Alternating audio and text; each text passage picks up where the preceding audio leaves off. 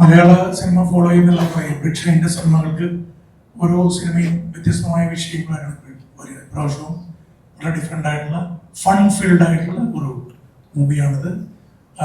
നമ്മളെല്ലാവരും പല സിനിമകളിൽ പ്രവർത്തിച്ചിട്ടുള്ളവരാണ്. പക്ഷെ ഇങ്ങനെയൊരു സിനിമ, ഇങ്ങനൊരു എക്സ്പീരിയൻസ് ഞങ്ങൾക്കും ഇതാദ്യമാണ്. ഈ അഭിപ്രായത്തോട് ഇതിൽ അഭിനയിച്ച എല്ലാവരും യോജിക്കുന്ന ഞാൻ വിചാരിക്കുന്നു.